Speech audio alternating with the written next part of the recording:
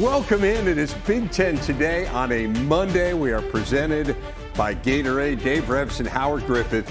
We head into the final weekend. How did we get here so fast? I don't know how we got here so fast. We have great speed. Yeah, well, the two of clearly. us. Yeah. I mean, combined, we once scored 8 touchdowns in a Big Ten football game. How many points in European basketball, though? I'm sorry. Man, I'm excited about this week, and we've got a lot of drama and a lot of suspense and a lot of intrigue. Well, I think at the top, obviously, is Ohio State and Michigan, and these guys have been on a collision course, and we've known, Michigan just has this edge about them, this confidence, but Ohio State has been playing so well. Then you look at what Indiana is doing, their opportunity against Purdue, and then you look at Oregon taking care of their business last week. There's so much out there coming into the final week of the regular season. It's going to be a great week. It is going to be great. Let's start with one of the teams you were talking about, Oregon. The Ducks had the biggest game of this past weekend. It is our big story. They took care of business down to USC 42-27. The 7th-ranked Ducks are now 10-1 on the year, solidifying their college football playoff standing. The D was great. A couple touchdowns from Kenyon Sadiq as the Ducks claimed their 5th straight 10-win season. And Howard, this is a game that had a lot of buildup. Yeah. And in the end, Oregon was just clearly the better team. They were. And we sat here last week and you asked me my opinion, and I thought the team that was able to create the negative plays, tackles for loss, would be the one that would ultimately win this game. And that was Oregon in this matchup. And I thought Oregon did an outstanding job being able to run the football, being able to do the things they do defensively. This is a really good football team, and it's also, in the post-game comments, realized just how important this game was to Oregon and Coach Lanning in this message that they felt they needed to be able to send to college football. So, yeah, right. Kind of the notion being, hey, it's not our fault we broke Penn State, right? That was a great comment. Yeah, it wasn't our fault. We didn't do it. Oh, well, maybe we did. Yeah, maybe we did. Maybe we are the ones. Yeah. This notion of, well, who have they really beaten? Yeah. I mean, the Iowa win is a really good win. Yes. But again, your people are it's easy to kind of generalize, and you use these rankings and kind of a snapshot of the moment and say, well, it hasn't been as tough for them. And I think his point is we beat some really good teams along the way, and we also did some damage to them in terms of their psyche, and maybe they fell off a little bit along the way after we beat them. I would also say, it speaks volumes that they did this without Decorian Moore, without Gary Bryant. I mean, one of the things that we've talked about really from the very outset with this Oregon team is the depth. Yes. And how many different players they have that can beat you. And I think that was on full display against SC. Coach Lanning is one of the coaches, and Ryan Day as well, were one of the coaches that I distinctly remember when we started to get ready for the 12-team playoff that talked about the depth of their roster and how important it was to make sure that you had people on that team or your young, inexperienced players being able to step up, and not only for the coaching staff to be able to see that they can make plays, but for their teammates to know that they can make plays. And this was evident in that particular game when you look at Oregon, was banged up as they were. And then you saw Kenyon Sadiq, who I think is just an unbelievable football player. Could probably play multiple positions, but he's playing tight end right now.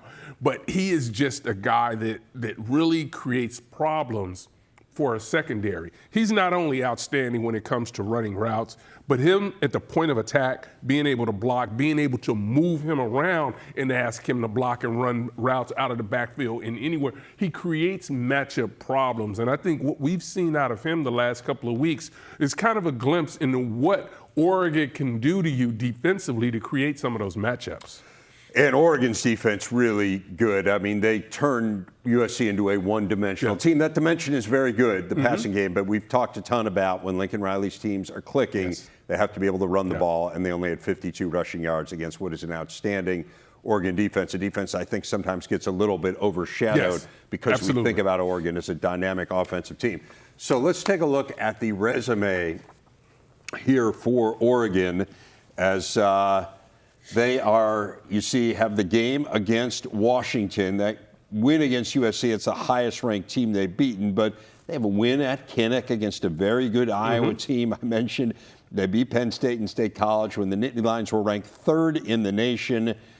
The one loss is that home loss to Indiana, a game which was even in the fourth quarter. Actually, they were leading the game. Remember, they had a pick six, and then Indiana obviously came back and won the game. The great drive, the response after the pick six was so impressive. So, again, Oregon is a really good football team. I think that's clear. It would not hurt them to win this game against Washington. Absolutely. Coming up this week, but it feels to me like that resume's pretty good, and this is probably a college football playoff team regardless. Without question, this is a college football playoff team. And I think one of the things that's happened, and I think that's the narrative outside of the Big Ten footprint, or if you happen to be a fan of another conference, people look at the teams and where they were ranked, and then all of a sudden we get to the end, as we've already talked about, and it's like, oh, well, they didn't play anybody. Look at the ranked opponents. Look what it's all garbage.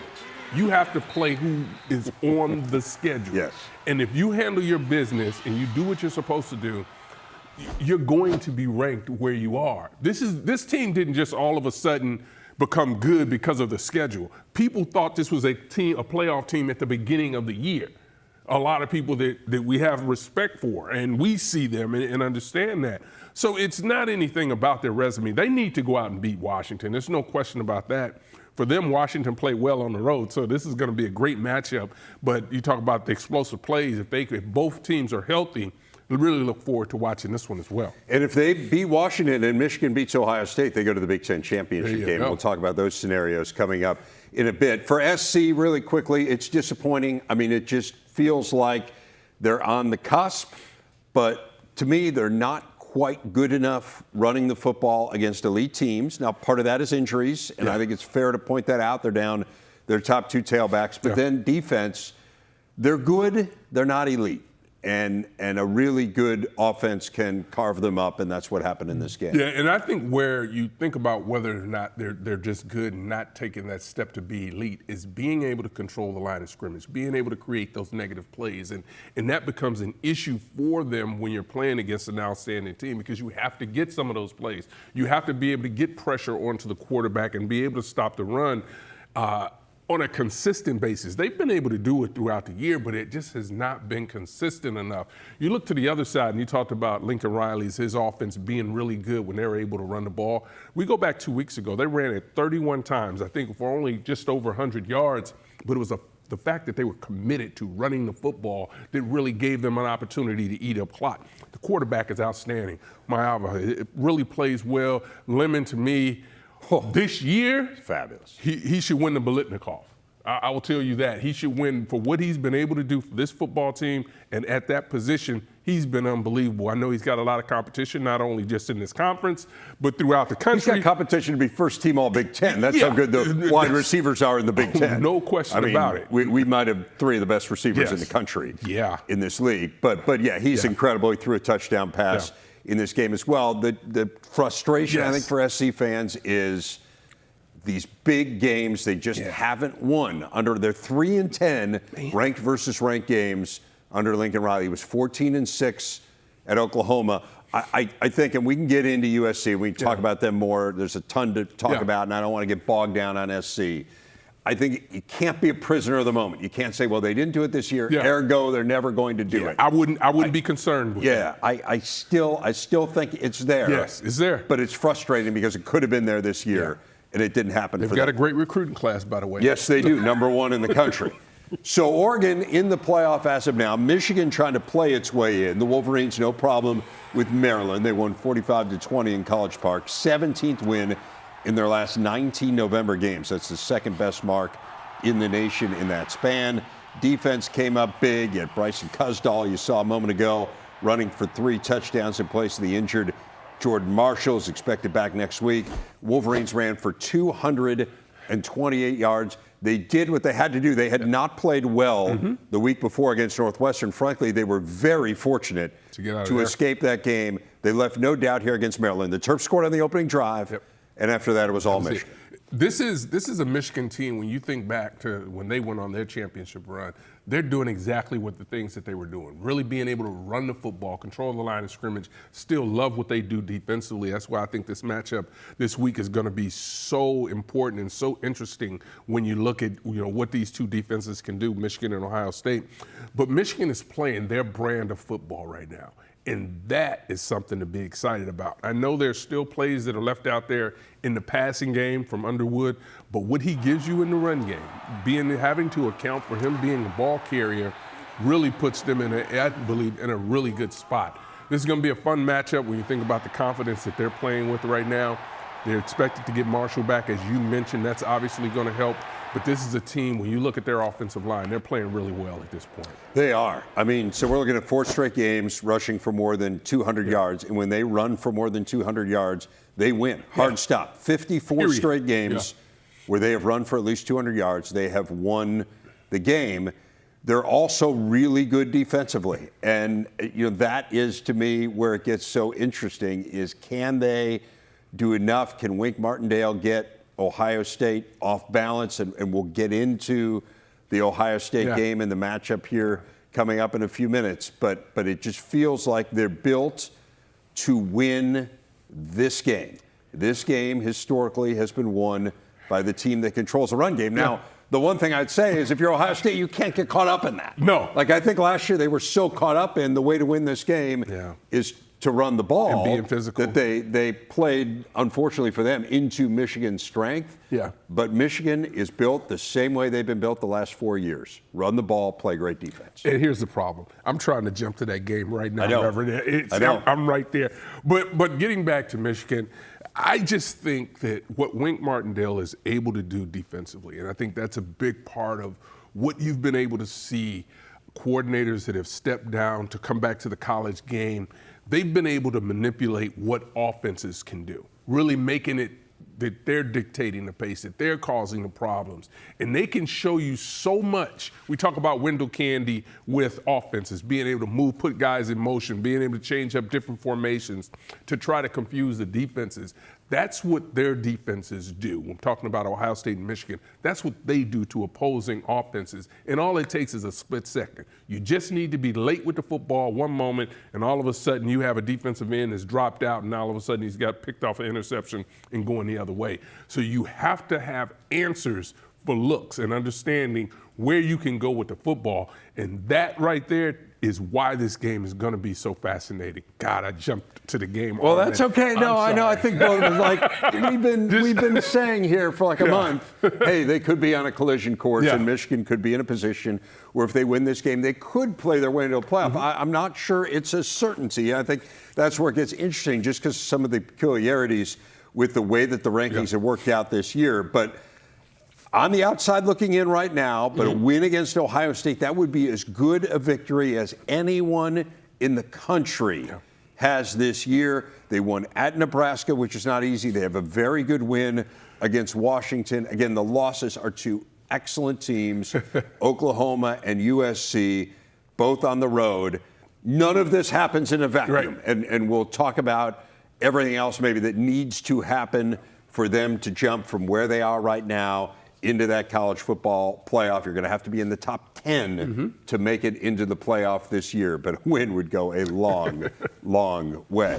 We are back on Big Ten Today. Our big stat is presented by Gatorade. Ohio State rolling past Rutgers 42-9. The Buckeyes' 15th straight win. It is the longest active streak in the nation. They've gone 15 straight, in fact, without trailing in the second half. You see Indiana tied for the second longest streak in the country, along with Texas A&M. We'll talk about Ohio State quickly. There's not a ton to talk about in this game because it was a rout. I mean, no Jeremiah Smith, no Carnell Tate, no problem. Rolled past Rutgers. What did you take from it? That they were able to once again run the football. This is 2 weeks in a row that they've been really dominant up front and made a concerted effort to be able to do that. The other thing is they got the tight ends more involved than we've seen them in previous years and previous weeks, and that's obviously because of the injuries that they've had at the wide receiver spot. But I think having that on tape, being able to have those tight ends more involved, moving them around the formation gives teams more that they give teams, really, Michigan more that they need to account for as they get prepared for this game this week. Yeah, Max Clare, the tight end, played really well in this game. I would say there has been limited information coming out of Ryan Day as to he's not tipping his hand at all. I don't know why you would, I suppose, as to what's going on with Jeremiah Smith and Carnell Tate. Yeah. It certainly seems like the Tate portion of it, at least, is more serious, I think, than we thought it was a couple weeks ago. Just based on like kind of the implication was when he was held out a couple weeks ago that maybe it was just for a week, and now it's been a couple weeks since we've seen him. Jeremiah Smith, remember, left early in the game last time out. So again, it's just hard to piece it all together. They're a dramatically better team with those two. To your point, they have been able to run it. I mean, Bo Jackson, again, for all of the hand-wringing about they don't run the ball great, and they don't run it as well as they did last year, but he's turned into one of the better freshman backs in the country. Yeah, he's done an outstanding job of being able to take advantage of his opportunities. And I will think this, I've got to tell you, this is the first time that there's been, to me, a concern about what the availability will be for their top two receivers coming into this week. Too. They need those two guys to be at their best. They need them on the field to be playing, because this is one of the things that makes this team so special.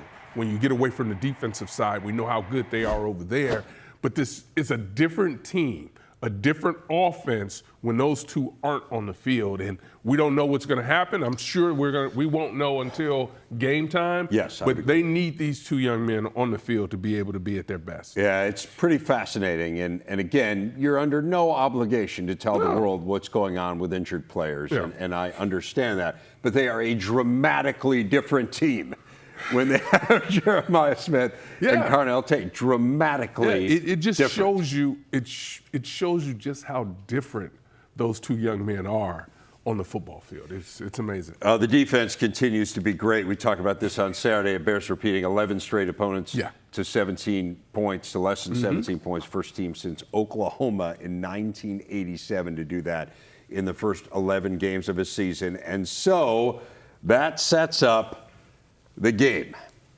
Ohio State and Michigan, a series the Wolverines have owned the last 4 years. It's Michigan's longest streak in this series since they won 6 in a row between 1922 and 27. Again, the story has been the run game. Michigan has more than doubled the Buckeyes' total on the ground. Michigan is the better running team this year as well. Their 32 rushing touchdowns lead the Big Ten. I do feel like Ryan Day got caught up in that last year. The strength of Michigan, remember, they had 2 first-round defensive tackles. That was the strength of Michigan, was the run defense. And Ryan Day said in his postgame, well, the team that runs the ball better wins this game. And so we felt like we had to establish the run. Yeah. I feel like it's not like that was passed down on stone tablets from the mountains, right? That the way to win this game, it's just kind of how it's worked out through the years, because that's kind of how these teams have been based. There's nothing that says you can't win this game by being the more dynamic passing team, but a lot of that will be dependent on whether or not Ohio State stars are available. So, first blush, what do you think? We've already had first blush. This is maybe first and a half blush. We're getting into the weeds a little bit. We're so excited about it. And I will tell you, for me, it really, although offense is going to be a big part of this game, to me it's about these defensive coordinators. Yeah.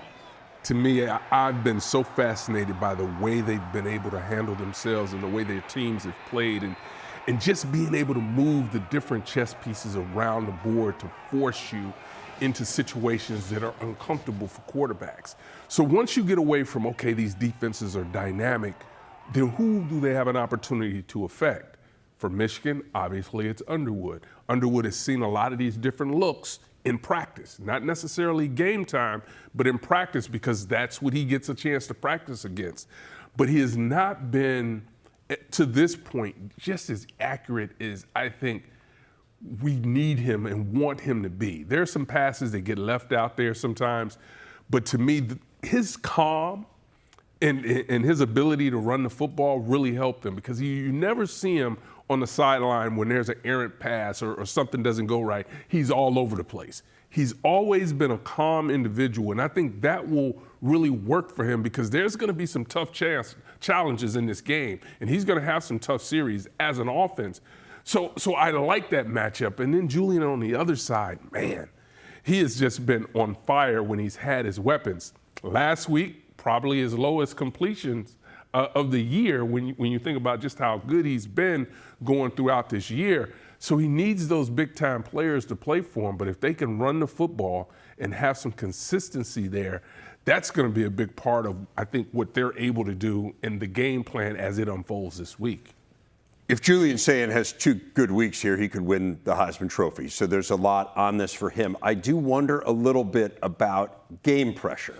And we were talking about Ohio State in this win streak and the fact that they haven't really been challenged. I mean, the Texas game maybe, although it was 14-0, and then Texas scored the late touchdown. I mean, you never really felt like Ohio State was going to lose that game. Yeah. Michigan has lost games, and then they've won some games where it looked like they might lose. And I do feel like, for better or for worse, and look, Underwood's had some bad moments late in games, but he has been under pressure. He's been in situations where, hey, we could lose, and you've got to come through with big plays. And I wonder whether Sayin not having been in a position like that, also a first-year starter, whether that could end up being a factor down the stretch. So I think this is really fascinating, the way you crafted this particular question, because you're right. He's had the pressure in game situations. When you think about that Texas game, remember, people were looking at it saying like, he's just a freshman. They're the underdogs. They're not going to be able to get it. So the pressure externally for being that first-time starter at Ohio State, for being the quarterback, for going against a team that's expected at that time to compete for they were number one. They were number one. There was a great deal of pressure for him. And I think being the quarterback at Ohio State comes with a great deal of pressure. But he has not seen it necessarily in game situations. Okay, right. And I guess that's a subtle distinction. Yes. Right. What I'm saying is like I need to make a play or we don't win the game. And absolutely, that is something that has to be seen. He's made plays, no question about it. He's made plays when they needed plays to be made, when it's third and 8, or he's made those plays.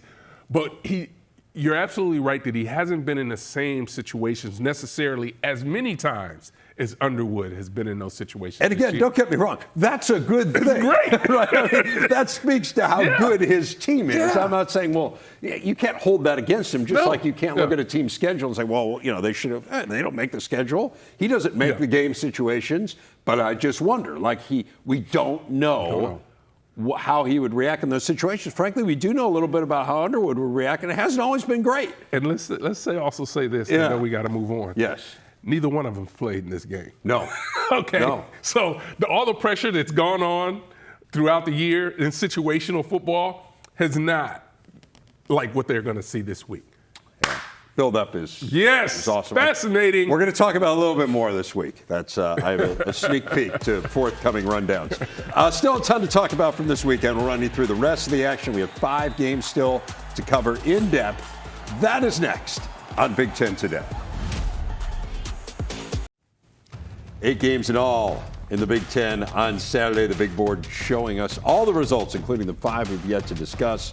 Late game drama for Iowa and Northwestern. They both won on late field goals. Nittany Lions and Huskies, both with dominant wins. And how about Wisconsin? Second time in 3 games they've knocked off a ranked opponent. They followed up the win over Washington by topping Illinois. Dominated the lines of scrimmage, a 27-10 win. Let's start there. And I think for Luke Fickell, there was, a couple weeks ago, he got Chris McIntosh's support. He said, hey, we're going to bring him back, and we're going to support him better resource-wise. Yeah. And that has proven, even in just these couple short weeks here, 2 of the last 3 games against ranked opponents, it has proven that, hey, they are on the right track. You have to feel good about where you are if you're Wisconsin. And they've done it with one hand tied behind their back, Howard. I mean, they really can't throw the ball in any kind of a meaningful sort of way, but the run game and the defense, great. And man, that defensive front just dominated Illinois. To me, what really has come out of this and what we've seen out of the last couple of weeks, because what we've talked about in previous weeks was the fact that we didn't know the identity of this football team. We didn't know what they could hang their hat on. And now you're seeing that they continue to stay with it. The run game, even though they were down some running backs, they had Darian Dupree step up and make some big plays in the run game, but they dominated the line of scrimmage versus Illinois. I know we'll talk about that later, but I really love the fact, the stories and the way things played out for the Badgers. I know this isn't what they wanted, but the fact that the athletic director gets behind the coach and says, hey, this is what we need to do better to be able to support our program speaks volumes to where we are in college football and what people need to be thinking about or administrations need to be thinking about. But Luke Fickell, in his post-game press conference, even mentioned it. He hadn't been there. And then the reality to talk to your team about people say pound the rock, keep pounding, keep pounding. And what he said was, the fact is you can pound all day and nothing happens. The reality, nothing had been happening, but they stayed the course. And you hear him talk about his seniors and how important those guys have been to the program because they could easily have derailed this themselves because they have that leadership quality, or it would have been the lack of leadership. But because they did lead the proper way, they continue to play well. 2 weeks ago or last week, was it, the two freshman linebackers just went nuts, had an unbelievable game. It's amazing what young people start to add that energy, then your veterans continue to lead. This was a great story, and to me, the last couple of weeks for the Badgers have been unbelievable, the way they've been able to go out and compete. And they got no favors schedule-wise. This was the seventh straight game against a team that's been ranked at some point in the college football playoff rankings. So just really, really challenging. And again, a huge win that you can build on for the future. Quick thought on Illinois, which has seen its college football playoff hopes disappear. And look, this is still going to be a good year by most measures for Illinois, but no not what they had hoped that it would be. What did we see when we saw them versus Duke on the road? We saw an offensive line that couldn't hold up. And that's what we've seen when it came down to the Badgers. They could not protect the quarterback as good as he has been this year, but when you can't protect him, you're going to have some issues. They've given up 30 sacks now on the year. And again, as you said, the offensive line had all kinds of problems. They're 10 points tied a season low. Okay, let's go to Penn State and Nebraska. Penn State has turned into a good story as well. And I think there's a lot similar between Wisconsin and Penn State, just in things aren't going your way. And I constantly marvel, Howard, at resilience of young people who have certain goals and expectations. So Penn State talked about winning a national championship coming into this year, and now they are battling for a bowl bid, and yet they are still playing incredibly hard. And on Saturday, they played incredibly well. I mean, not only did they beat Nebraska, this was not close. Wasn't even close. I mean, this was the type of performances we were expecting out of this team since the season began. But as you mentioned, the young people, and we talk about them once again, they have a lot of draft picks that are on this football team that have an opportunity to have long careers. And you still saw those young people that weren't injured. Obviously, Drew Allard's injured. He's not able to be out there. But you saw a lot of their players that are going to be playing on Sundays still out there competing. And that tells you a lot about what the culture is. It also tells you a lot about Coach Terry Smith and the energy that he has brought to the program. A guy that has been there, played there, been in those locker rooms, been around this program for a long time, helped recruit a lot of these players. They were playing hard, and you know, the running backs, you think about where they're going to end their careers in the record books. They have been great players at that position.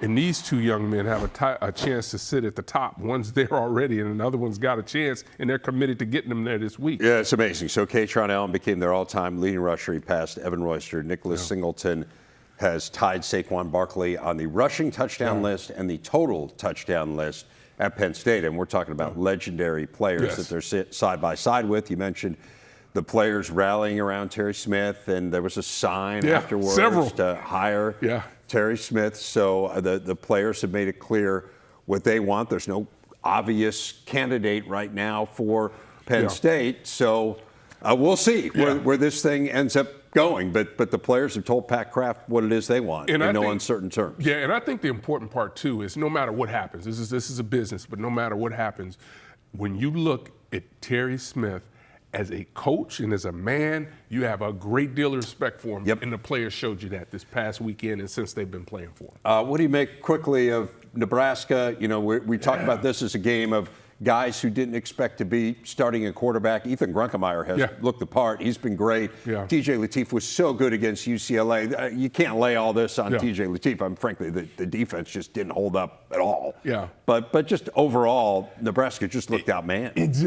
It looked that way. And Penn State had the better roster, quite frankly. They haven't played that way the entire year, but this is a Nebraska team that really had some great victories this year, but this was a game. It just didn't seem that they could ever, get in a rhythm or get on schedule in all three phases of the game. A couple empty red zone possessions really cost them in this game. You got to get points. Yeah. So again, they have the game against Iowa coming up on Friday. Northwestern is bowl bound. Northwestern finally gets a win at Wrigley Field in their, I guess, their 8th and Northwestern fans hope final try. Yeah, say this has been fun. This has been fun, but kind of had it with this place. But the resilience. I mean, they dominated in terms of total yards. I mean, Northwestern had 525 yards of offense, which to say that's uncharacteristic would be an understatement. Preston Stone did not throw an incompletion in the second half. He was 15 of 15, and yet special teams were, Minnesota dominated special teams. Coy Parrish was phenomenal. Northwestern fumbled the punt. I mean, they did so many things poorly, special teams-wise, and yet figured out a way to win it at the end. It really did, and that's one of the things that they've kind of figured out. And the key to this team, particularly when it comes to Preston Stone, when he gets in a rhythm, he's hard to beat. We see him roll, but when he turns it over, that's when things get a little dicey. And when he takes care of the football, things are going great. But they've also had players step up this year that you may not have expected to, from a standpoint of we didn't know whether or not the run game could be effective. Yeah, Kovaloff is a great back. He has done an unbelievable job this year. And Coach Braun, to me, he's another one of these guys that I think that he's got that it. You don't know what that it is, and it's hard to describe, but he gets them ready. He gets them prepared. I go back to the win that they had, and he's just going off in the press conference just about how many plays they left out there on the field. And we're so much better than this, and we want to continue to win games. We've got to be able to correct that. And to me, when you're getting that kind of information that's coming from the front of the room, it's embraced by the team, and they get an understanding. And this is a team that really, I think from the outside looking in, has really done an unbelievable job this year of getting to a point bowl eligible and be able to take care of business. And now they've got another big game for them this weekend. Yeah, have a big game against Illinois. But to your point, and in his postgame, he was talking about the special teams. He said it was a nightmare, and we did not execute. But he said it is all on me. Yeah. It is 100% on me. He's always been that way since he's taken that job. And he's been that way. And I think the players really enjoy playing for him. And to some of their credit, like you've got, that wide receiver crew, like we were at practice, you weren't there, Jake and I were there in the preseason, and we're like, well, Preston Stones could be a really good quarterback, and we saw evidence of that on Saturday. But I don't know about these receivers other than Griffin Wilde, but like Hayden Elgon has turned himself into a pretty good wide receiver. And and if you go out and execute the game plan, right, and you do the little things, and you're coached to do the little things and understand what it takes to get that yard, to be able to get open, to be able to create separation, you can do it. That's what's so fascinating, so fun about the game of college football, because anybody could win in the most cases each and every week. Rosters are going to be different, but they're always going to be the individual games inside of the game that if you can win your matchup, you can have an opportunity to create change for the game, and you have a couple of those, and all of a sudden, combined, it becomes a victory for your team. Let's go to two more games. Washington dominant on the road. We don't say that very often, but they were really good in their game against UCLA. What did you take from the Huskies' performance? Well, another team, right, that has been banged up at the wide receiver position, running back position, but they're playing well. Defensively, they've continued to get better. We've talked about how that defense was settling in. And, you know, when Williams is playing well, forget it. He's hard to stop. And he's one of those guys, and you see the evidence of why, if you have a true difference maker under center, and how that can change the fortunes of your program. Another program that's done a great job, not only in the transfer portal, but recruiting and seeing a lot of those young players step up and play well for them. Yeah, Adam Muhammad really good. Yeah. The young wide receivers, Roebuck is really something. He's got a shot. He's a very good player, and Damon Williams obviously accounting for 4 touchdowns in the game. They could be the disruptor this weekend for Oregon's college football play. Yes, they would relish that opportunity. How Marcel would be unbearable, by the way. Yes, if that happens, yes. Marcel on Saturday night. Saturday for us. Well, we'll just have to distance ourselves. Okay, real quick on Iowa. They figured out a way offensively when they needed to. Caden Weegan is as good a return man as we've seen in the Big Ten. You passed Tim Dwight on the all-time touchdown list in terms of returns at Iowa. You're doing some things. You're doing some things. And Mark Gronowski is good enough. I mean, that touchdown pass he threw to Jacob Gill at the end there, that's a big-time throw. You know, one of the things when we talk about this Iowa team, particularly last 4 or 5 years, it's always been an issue at the quarterback position, and we've always looked to say, this is what they can't do. They can't do this. They can't do that. But the fact is, they just figure out ways to win football games, right? And when you can affect the game in special team, that becomes so big of a momentum boost for not only your team, and it's really tough for your opponent to overcome some of those types of plays. And this is one of the things that when you look at Iowa, historically, since we've been covering them, they've always been able to be solid in special teams. You could count on the phases. Coaches talk about winning 2 of the 3 phases. They're always going to win that special teams. And when they don't, it's something we don't see. But this is a team that really does a great job. And LeVar Woods, who's a special team coordinator, does an unbelievable job of coordinating that Iowa special teams. They're now guaranteed their 13th straight winning season. Yeah, they kind of got football figured out. They're a model of consistency. Obviously, the huge Black Friday game coming up against rival Nebraska. Okay, so that gets you through the weekend. Up next, we're going to go around the Big Ten for some other sports because it was busy elsewhere. Powerhouse programs flexing their muscle. Husker volleyball, Purdue hoops, Northwestern field hockey. We've got it all next. It is time to go around the Big Ten. Let's start with another Northwestern field hockey national championship. The Cats avenged their lone defeat of the year, beating Princeton 2-1 in overtime. Ilsa Trump with the game winner as the Cats hoist the trophy for the 2nd straight time and 3rd time in the last 5 years. Northwestern won it all despite being unseeded in a truly bizarre committee decision. It meant they had to play the first 2 rounds away from home. Also meant they had to play number 1 seed North Carolina in the semis. They scored the final 3 goals to win that one in OT. Tracy Fuchs, the best player in the history of the sport, staking her claim as the best coach as well. Dean Linke getting the reaction. This group has been so solid all year, and sometimes as a coach you want it way more for them than yourself. It's always about the team with these guys, and I am so incredibly grateful for our staff who came. We had golf, softball, compliance, equipment. Everybody came out, baseball, lacrosse players, alumni.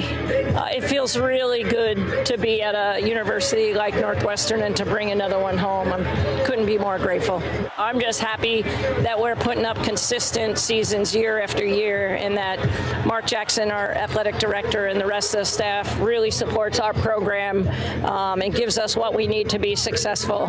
It's the team around the team. You can't do it without the people around you, and you could see that today by our wonderful fans.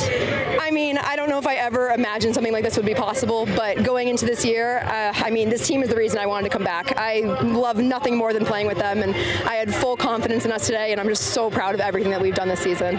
It's easy to just watch what we produce on the field, and I think what really is special about this team is what happens behind the scenes, and I love these girls so much, and the coaching staff and everybody involved, and I just couldn't be prouder of everybody. I mean, it's so amazing. Correct me if I'm wrong, but I think we're seen as a dynasty right now, and to end I think Maddie Zimmer started this one to make, I said to her, this is all for you. I mean, to end her career in a national championship, it's amazing.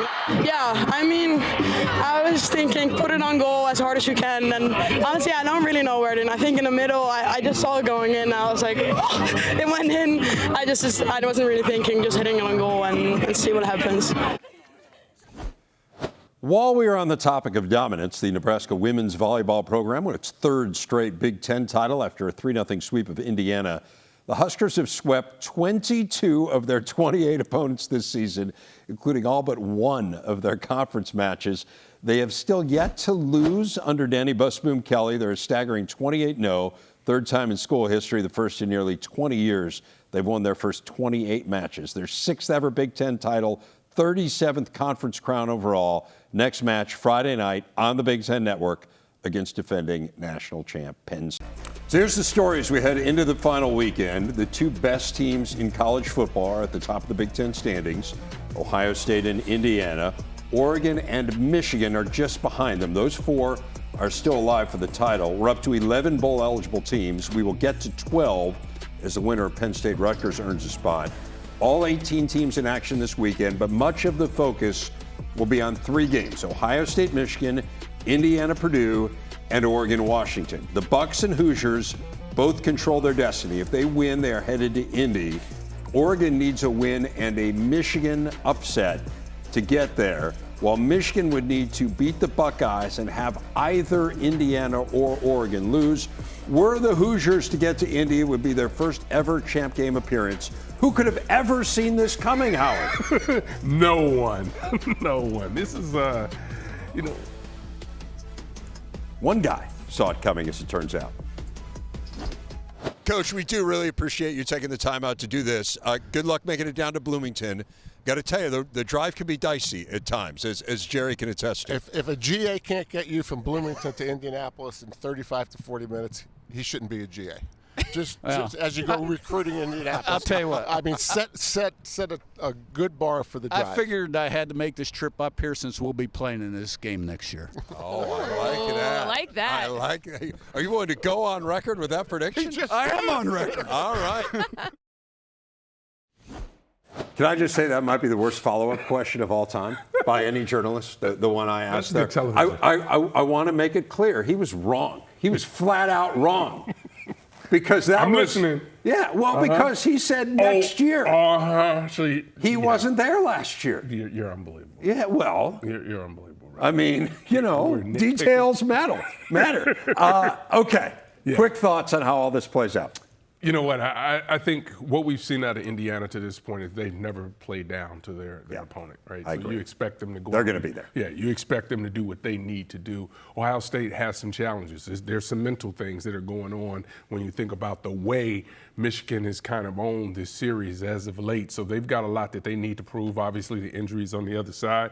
Oregon looks like they're playing well. That's going to be the interesting one. I agree. Oregon and Washington, just what happens there. Right. So all the focus is on Michigan, Ohio State, and with good reason. But man, Oregon-Washington is a fascinating game. Man, I cannot wait. Cannot wait for this weekend.